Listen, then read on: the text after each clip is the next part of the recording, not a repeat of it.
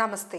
ഇന്ന് നമ്മളോടൊപ്പം അതിഥിയായി എത്തിയിട്ടുള്ളത് BJP കണ്ണൂർ ജില്ലാ വൈസ് പ്രസിഡന്റ് AV സനൽകുമാറാണ്.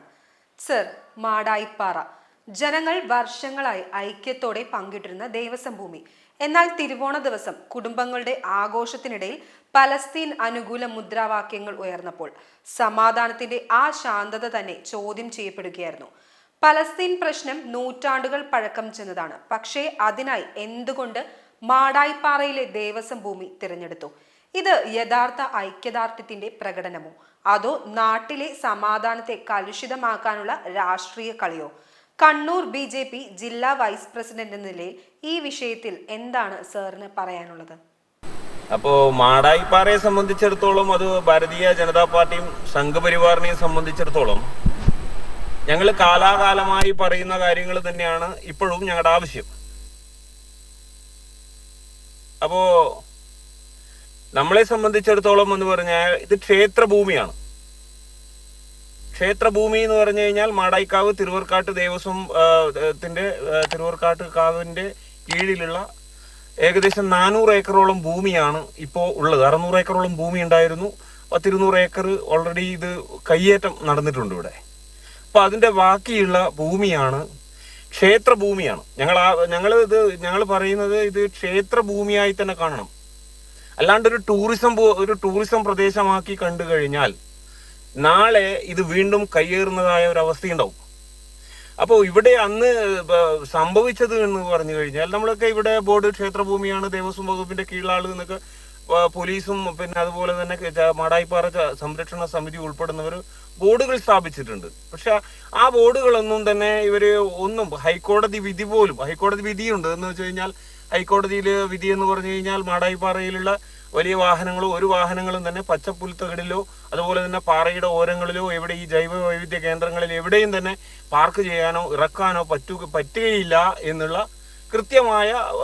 കൃത്യമായ ഇത് നിബന്ധനകൾ വെച്ചുകൊണ്ടുള്ള ബോർഡുണ്ട്. പക്ഷെ അതൊന്നും ഈ വരുന്ന സഞ്ചാരികളോ ആരും കണക്കിലെടുക്കുന്നില്ല. എല്ലാം എന്ന് വെച്ച് കഴിഞ്ഞാൽ ജൈവ വൈവിധ്യ കേന്ദ്രങ്ങളായ ഈ സ്ഥലങ്ങളിലേക്ക് വാഹനങ്ങൾ കയറ്റിക്കൊണ്ട് ഇതിനെ നശിപ്പിക്കുകയാണ്. ഇതിന്റെ ഈ ബയോഡൈവേഴ്സിറ്റി എന്ന് പറഞ്ഞു കഴിഞ്ഞാൽ ഒരുപാട് സസ്തനികളും ഒരുപാട് പക്ഷിമൃഗാദികളും അതുപോലെ തന്നെ രാത്രി പോലും പുഷ്പിക്കുന്ന പുഷ്പങ്ങളും ഉൾപ്പെടെയുള്ള മറ്റുള്ള സസ്യങ്ങളും ജീവജാലങ്ങളുമാണ്. ഇതിനെക്കുറിച്ച് റിസർച്ച് ചെയ്യാൻ പല രാജ്യങ്ങളിൽ നിന്നും അതിനെ ഭാരതത്തിന്റെ പല ഭാഗങ്ങളിൽ നിന്നും ആളുകൾ ഇവിടെ എത്തിച്ചേർന്നുണ്ട്. അപ്പോൾ ഭാരതീയ ജനതാ പാർട്ടിയുടെയും സംഘപരിവാർ സംഘടനകളുടെയും അടിസ്ഥാനപരമായ ആവശ്യം എന്ന് പറഞ്ഞു കഴിഞ്ഞാൽ ഇത് ക്ഷേത്രഭൂമിയായി സംരക്ഷിക്കുക. ഇത് ക്ഷേത്രത്തിന്റെ ഭൂമിയായി സംരക്ഷിക്കുക എന്ന് മാത്രമേ ഉള്ളൂ. കാരണം ക്ഷേത്രത്തിന്റെ ഭൂമിയാണ്. അപ്പോ അത് സംരക്ഷിക്കാൻ ഈ ഹൈക്കോടതി വിധി നടപ്പിലാക്കാൻ പോലീസോ അധികൃതരോ തയ്യാറല്ല. അതാണ് ഞങ്ങളും അതുപോലെ തന്നെ മാടായിപ്പാറ സംരക്ഷണ സമിതിയും കാലാകാലങ്ങളായി പറയുന്ന ആവശ്യങ്ങൾ തന്നെയാണ് ഞങ്ങൾക്ക് പറയാനുള്ളത്. അപ്പോൾ അതുകൊണ്ട് മിനിഞ്ഞാന്ന് ഇവിടെ നടന്ന സംഭവം എന്ന് പറഞ്ഞു കഴിഞ്ഞാൽ എന്ന് വെച്ചാൽ തിരുവോണ നാളായിരുന്നു. അപ്പോൾ ആ തിരുവോണ നാളിൽ ഒരുപാട് ആളുകൾ ഇവിടെ കൂടിയിരുന്നു. കാരണം സ്വാഭാവികമായി ഒരു ടൂറിസം കേന്ദ്രമായതുകൊണ്ട് പല ആഘോഷ സമയത്തും വിവിധ മത വിഭാഗത്തിൽപ്പെടുന്നവരൊക്കെ ഇവിടെ തടിച്ചു കൂടാണ്ട് അവര് പിന്നെ ഇവിടെ അവരുടെ വിനോദസഞ്ചാരം നടത്തി തിരിച്ചു പോകലാണ് പതിവ്. പക്ഷെ അന്നുണ്ടായത് ഈ ഓണവും നബിദിനവും ഒരു ദിവസമായതുകൊണ്ട് അന്ന് പിന്നെ ഇതുപോലെ ഈ പർദ്ദ വസ്ത്രധാരികളായ ഈ ഗേൾസ് ഇസ്ലാമിക് ഓർഗനൈസേഷന്റെ നേതൃത്വത്തിൽ ഈ ജമാഅത്തെ ഇസ്ലാമി നേതൃത്വം കൊടുക്കുന്ന അവരുടെ മഹിളാ സംഘടനയായ ഗേൾസ് ഇസ്ലാമിക് ഓർഗനൈസേഷന്റെ നേതൃത്വത്തിലുള്ള ഒരു 10-60ഓളം പിന്നെ വിദ്യാർത്ഥികളും അതുപോലെ തന്നെ മുതിർന്നവരും കറുത്ത വസ്ത്രവും അതുപോലെ തന്നെ ഇസ്രായേലിന്റെ പതാക കത്തിക്കുക, പാലസ്തീന്റെ പതാക എടുത്ത് നടക്കുക. അതുപോലെ തന്നെ ഈ ക്ഷേത്രത്തിലേക്ക് നടന്നു പോകുന്ന വഴിയുണ്ട്, ഒരു റോഡുണ്ട്, ടാർ ചെയ്ത റോഡാണ്. ആ റോഡിന്റെ ഓരങ്ങളിൽ നിൽക്കുന്ന നമ്മുടെ ഓണാഘോഷത്തിന് ഇവിടെ എത്തിച്ചേർന്ന ഹിന്ദുമത വിശ്വാസികളായ നമ്മുടെ പിന്നെ ആളുകൾക്കിടയിലേക്ക് ഇവർ മുദ്രാവാക്യം വിളിച്ച് ആന്റി ഇന്ത്യൻ സ്ലോഗൻസ് എന്ന് വെച്ചാൽ Israel is A terrorist state, Israel terrorist state ആണെന്നും അവരെ സംരക്ഷിക്കുന്നത് ഭാരതത്തിന്റെ നേതൃത്വത്തിലുള്ള ഗവൺമെന്റ് അവരെ സംരക്ഷിക്കുന്നുമെന്നുള്ള ഉൾപ്പെടെയുള്ള ആന്റി ഇന്ത്യൻ സ്ലോഗൻസ് ചൊല്ലിക്കൊണ്ടാണ് ഇവര് ഈ വിശ്വാസികൾക്കിടയിലേക്ക് വന്നു ചേർന്നത്. ഇതൊരു മതസ്പർദ്ധ വളർത്തുക എന്നുള്ള കൃത്യമായ കരുതിക്കൂട്ടിയുള്ള ഉദ്ദേശത്തിന്റെ മറ്റു പല ഇസ്ലാമിക സമൂഹത്തിൽപ്പെടുന്നവരും ഇവിടെ എത്തിച്ചേരുന്നുണ്ട്. പക്ഷെ അവരൊന്നും ഇതുപോലുള്ള ഞങ്ങൾ കണ്ടിട്ടില്ല. ഒരു ആഘോഷത്തിനും ഇതുപോലുള്ള ഈ ആഘോഷ ദിവസം തന്നെ ഇവരിത് തെരഞ്ഞെടുത്തു എന്നുള്ളതാണ് ഇതിന്റെ ഒരു ഒരു നമുക്ക് അതിന്റെ ഒരു സംഭവം. അതിലേക്കാണ് നമ്മൾ വിരൽ ചൂണ്ടുന്നത്. ഇത് വെറുതെ ഒന്നും വിട്ടാൽ പോരാ. ഇതെന്ന് കഴിഞ്ഞു കഴിഞ്ഞാൽ ഇവർക്ക് ജമാഅത്തെ ഇസ്ലാമി എന്ന് പറയുന്ന ഈ സംവിധാനത്തിന് ഇവിടെ 2 സ്ഥാപനങ്ങളുണ്ട്. ഒന്ന് വിറാസ്, അതുപോലെ തന്നെ മറ്റൊന്ന് വാദിഹൂദ എന്ന് പറയുന്ന ഇസ്ലാമിക് കോംപ്ലക്സ്. മാടായിക്കാവും ഇതിന്റെ ഈ ഭൂമിയും ഉൾപ്പെടുന്ന വാർഡിലെ ഒരു വോട്ടറാണ്. സ്വാഭാവികമായി ഇത് മൂഷിക രാജവംശത്തിന്റെ ആസ്ഥാനമായ അവരുടെ തിരുവർക്കാട്ട് ദേവസ്വത്തിന്റെ കീഴിലുള്ള ഭൂമിയാണ്. മാടായി പഞ്ചായത്തിന്റെ അധീനതയിലാണ് ഈ ഭൂമി ഉള്ളത്.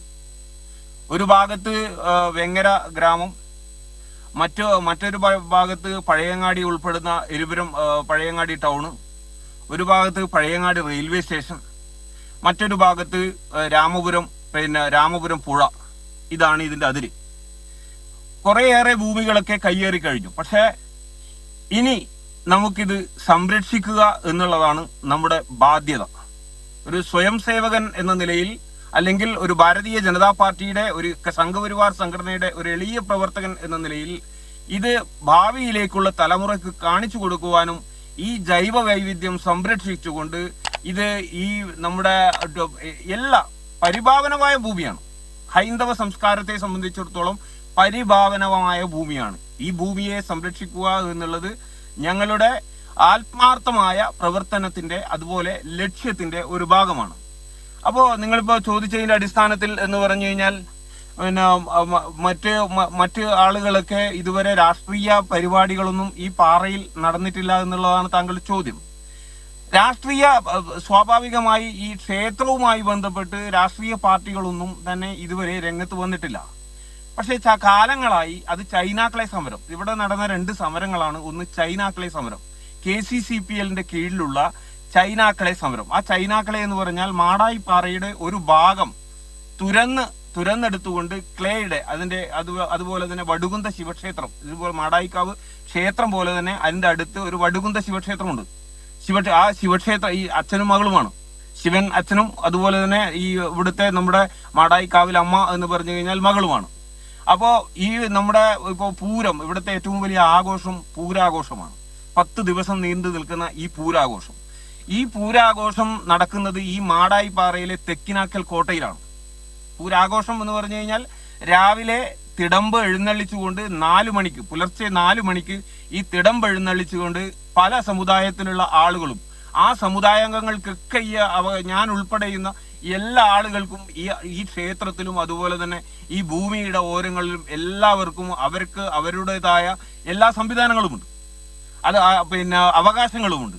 അപ്പോൾ ക്ഷേത്രവുമായി ബന്ധപ്പെട്ട ആളുകൾ 4:30 മണിക്ക് ഈ തെക്കിനാക്ക് കോട്ടയിലേക്ക് പോകും. ആ കോട്ടയുടെ ഇന്നത്തെ അവസ്ഥ കണ്ടിട്ടുണ്ടെങ്കിൽ അപ്പോ ഈ തെക്കിനാക്ക് കോട്ടയിലെ അവസ്ഥ വളരെ ദാരുണമാണ്. കാരണം ഞാൻ ഈ പറയുന്ന ആളുകൾ തന്നെയാണ് ഈ പ്രത്യേക ഒരു മതവിഭാഗത്തിൽപ്പെടുന്ന ആളുകൾ, ഒരു ഇസ്ലാം മത വിഭാഗത്തിൽപ്പെടുന്ന ആളുകൾ സ്ഥിരമായി അവിടെ എത്തിച്ചേരുക. നമ്മുടെ ക്ഷേത്രത്തിലേക്ക് എഴുന്നള്ളിക്കുന്ന തെടമ്പ് വെക്കുന്ന 3 തറകളുണ്ട്. ആ തറകളെ മലീമസമാക്കുക. എല്ലാ പൂരാഘോഷങ്ങൾക്കും നമ്മൾ വൃത്തിയാക്കും. പക്ഷെ ഇവരുടെ ആളുകൾ വാഹനങ്ങളുമായി അവിടെ ചെന്ന് ഭക്ഷണ പദാർത്ഥങ്ങൾ ഈ 3 തറകളുടെ മുകളിൽ ഇരുന്ന് കഴിച്ചുകൊണ്ട് ഒരുപക്ഷെ മലമൂത്ര വിസർജനം പോലും അവിടെ ചെയ്യുന്നു എന്നുള്ളതാണ്. ഞങ്ങൾക്ക് വളരെ വളരെ ദാരുണമാണ്. അപ്പോൾ അവിടെ എന്ന് വെച്ചാൽ ഈ തെക്കിനാക്കൽ കോട്ടയിൽ പൂരക്കളി നടക്കും. അപ്പോൾ ആ പൂരക്കളി നടന്നതിന് ശേഷം ഈ 10 ദിവസവും ഇതാണ് അവിടെ നടക്കാറ്. രാവിലെ പോകും, 7:30 മണിക്ക് ക്ഷേത്രത്തിലേക്ക്, ഒരു 7 മണി 6:30 മണിക്കും 7:30 മണിക്കുള്ളിലായി തിരിച്ച് ശീവേലി എഴുന്നള്ളിച്ച് തിരിച്ച് ഈ എഴുന്നള്ളത്ത് നമ്മുടെ ക്ഷേത്രത്തിലേക്ക് എത്തും.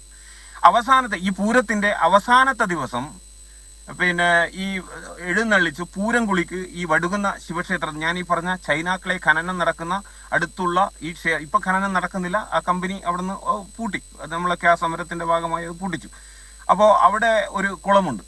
ആ കുളം എന്ന് പറഞ്ഞു കഴിഞ്ഞാൽ ഏത് കടുത്ത വേനലും വറ്റാത്ത ഉറവയുള്ള എത്രയോ എന്ന് വെച്ച് കഴിഞ്ഞാൽ സമുദ്രനിരപ്പിൽ നിന്ന് എത്രയോ ഹൈറ്റിൽ കിടക്കുന്ന ഈ പാറക്ക് കിടക്കുന്ന എങ്ങനെ നമ്മൾ ഒരു കാലത്ത് അത് വറ്റിക്കാൻ പോലും ശ്രമിച്ചിട്ട് കഴിയാത്തത്ര നീരുറവയുള്ള ഒരു കുളമുണ്ട്. ആ കുളം ഉൾപ്പെടെ ഇപ്പോ ഈ വിനോദസഞ്ചാരം എന്ന പേരിലുള്ളവർ എത്തിച്ചേരുകയും മലീമസമാക്കുന്ന അവസ്ഥയിലുമാണുള്ളത്. അപ്പൊ ഇതിനൊക്കെ എതിരെയാണ് നമ്മുടെ.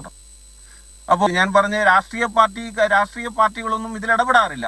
സ്വാഭാവികം പണ്ട് ഈ സമരത്തിന് നേതൃത്വം കൊടുത്തത് ഒന്ന് പിന്നെ മാടായിപ്പാറ സംരക്ഷണ സമിതിയാണ്.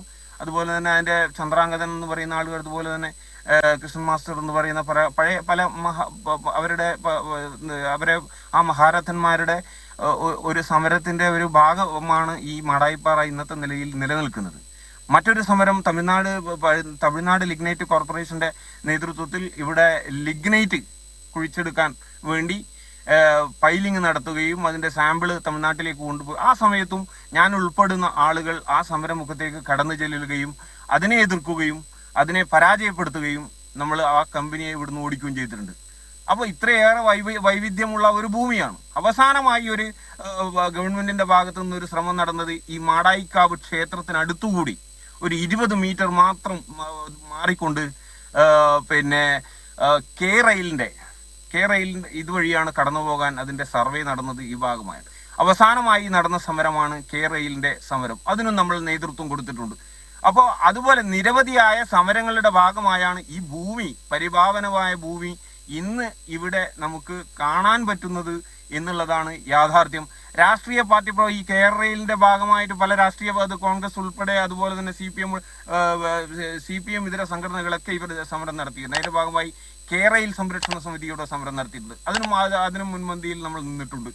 അപ്പോൾ ഞാൻ പറയുന്നത് രാഷ്ട്രീയ പാർട്ടി ഇപ്പോൾ പറഞ്ഞു, രാഷ്ട്രീയ പാർട്ടികൾ ഞങ്ങളിപ്പോൾ രാഷ്ട്രീയ പാർട്ടി ഭാരതീയ ജനതാ പാർട്ടി എന്ന നിലയിൽ നടത്തിയ ഒരു സമരം നടത്തിയിട്ടുണ്ട്. പക്ഷെ അത് നമ്മുടെ പാറയിലേക്ക് നമ്മൾ കടന്നുപോയിട്ടില്ല. ഞങ്ങൾ അതുവഴി പോകുന്ന ഏഴിമല നേവൽ അക്കാഡമിയിലേക്ക് കടന്നു പോകുന്ന റോഡിന്റെ ഓരത്ത് വെച്ചാണ് ഞങ്ങൾ പരിപാടി നടത്തിയത്. തീവ്രവാദികൾക്കെതിരെ 1961 പ്രകാരം കേസെടുക്കാൻ ഞങ്ങൾ പറഞ്ഞിട്ടും കേസെടുത്തിട്ടില്ല. മറിച്ച് ഇന്നലെ ഞങ്ങൾ ഇതിനെതിരെ സമരം, ഈ ഭൂമി സംരക്ഷിക്കണമെന്ന് ആവശ്യപ്പെട്ട് ഭാരതീയ സംസ്കാരത്തെ ഉയർത്തിപ്പിടിച്ചുകൊണ്ട് മുന്നോട്ട് പോയ ഞങ്ങൾക്കെതിരെ പിണറായി വിജയന്റെ പോലീസ് ഈ കേസെടുത്തു.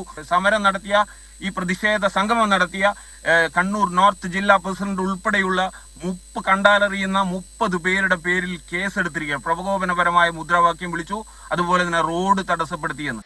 അതെ സർ, വളരെ ശരിയാണ്. മാടായിപ്പാറയിലെ സംഭവം കേരളത്തിന്റെ സാമൂഹിക സമാധാനത്തിന് മുന്നറിയിപ്പാണെന്നത് ആർക്കും നിഷേധിക്കാനാകില്ല.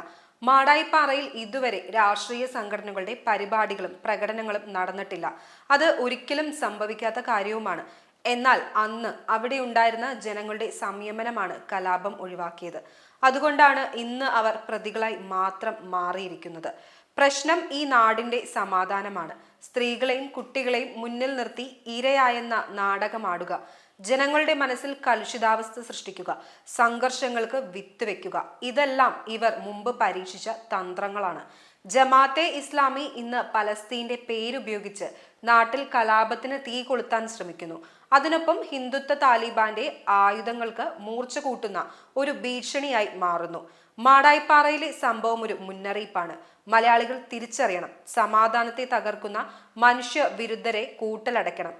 എന്തായാലും ഇത്രയും സമയം നമ്മളോടൊപ്പം ചെലവഴിച്ച് സാറിന് നന്ദി.